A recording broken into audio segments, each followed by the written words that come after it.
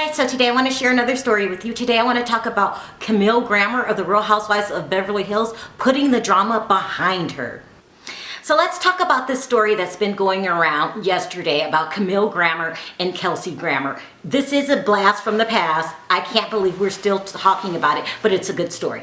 But I want to start off by saying I never hate any housewife or anyone I do stories on, to be quite frank, because I know to a certain degree it's a persona that they're putting out there. It's their public side that I'm judging, with the exception of Camille Grammer. Like, I hated, with an ED at the end, Camille Grammer. Like, if she came to my house to visit and sat in the chair, the minute she left, I would throw that chair away. Like, I despised her the most out the entire franchise. I just feel like that first season, she just had an above attitude. Like, she was better than everybody else.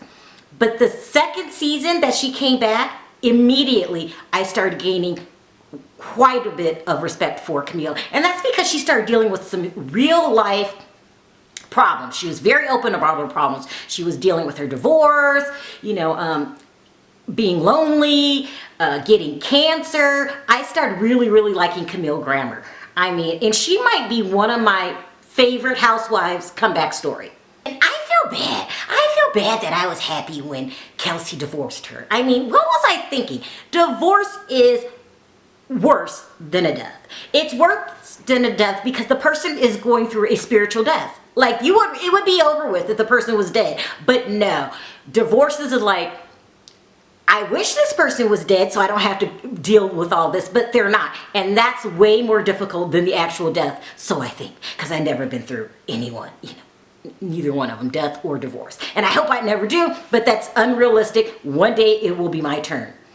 I mean, I haven't seen anybody's divorce get this bad of the housewives, with the exception of Ramona Singer. And it still wasn't as bad as Ramona's because Ramona would shut up. She didn't really go into detail about it. It was Mario making a jackass out of himself. So let's go back to the very beginning of the details you need to know about this divorce and what Camille went through and how I'm really proud she's putting it behind her. So we all know Kelsey has had one of the worst childhoods I ever heard of. I mean, it was really bad. I mean, he admits to when he met Camille, he was in a very dark place. He was hooked on drugs, specifically cocaine. He was a mess. He said she helped him go to a Betty Ford clinic. She was by his side. Then after that, she ran his production company. In other words, Kelsey was the talent. Camille was the business partner. Who knows where he would be if it wasn't for Camille? And he had some serious trust problems from the very beginning. I know his sister was raped and murdered. He had to deal with that. His father was set on fire and then shot on the front lawn. That's very hard to deal with. He lost both of his brothers in a freak scuba diving accident. I mean, I would have a chip on my shoulders too. I would find it very hard to trust people. But somehow they managed to get through all of that. These people were married 16 years. That's a long time.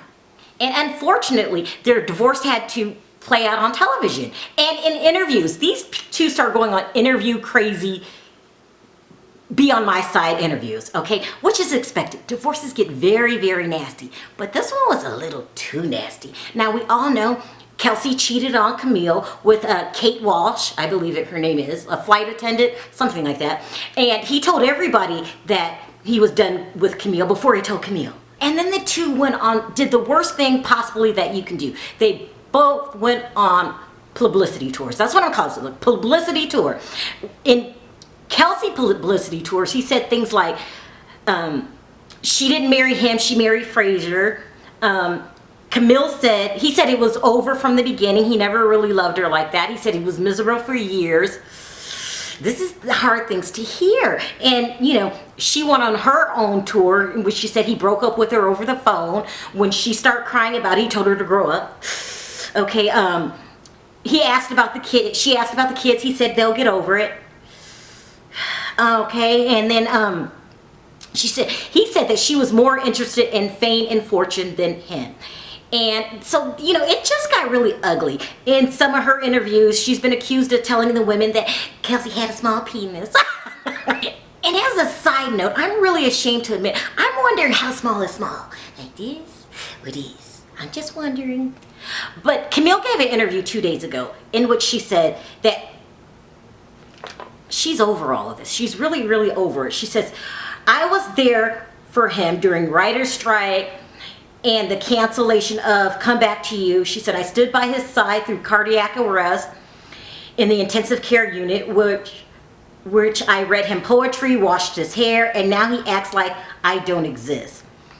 She's kind of hurt by this. She said she wished things could have ended in a different way. Okay, now, I'm very proud of Camille because she has grown, totally grown. I think just dealing with divorce, dealing with cancer, dealing with a public breakup, loneliness, she really took a hard look at herself and examined herself, and this is what made her move forward in a positive light. If she would have hung on to those angers or insecurities or just the past, she wouldn't be able to get to where she is right now. But unfortunately, Kelsey didn't move on. I mean, he's still full of hate and rage and accusations. Now, unfortunately, Camille, when you go through a spiritual growth, not everyone does. Not everyone does. And you have to accept people for where they are. I mean, sometimes I totally forget that Oprah Winfrey had a bad past because she has pushed forward. And at the end of the day, that's what you're supposed to do. But Kelsey's having a hard time. I don't know if it's because, he just refuses to take a look at himself. I don't know what it is, but when you're put in this situation, you have no choice but to do what Camille did, which is, listen, I'm past this. I'm mature enough to see this does affect our children. But let's start over. And if you don't want to do it, we can't, but my door is always open. This has made Camille go from my most hated housewife list to up there in the top 5. Now I have to ask you guys a question. Do you think it's possible to go through a divorce and have your children's best interests at heart by never ever communicating with the other party again? I mean, is it possible? I don't know. Like I said, I've never been through a divorce, but I'm thinking, no, you have to have some kind of relationship to make the children feel better. But if you guys know a success story of someone like totally have nothing to do with their ex, but it doesn't affect the kids, let me know in the comment section. Don't forget to hit that subscribe button and that notification button for more stories like these. Until next time, talk to you then. Bye.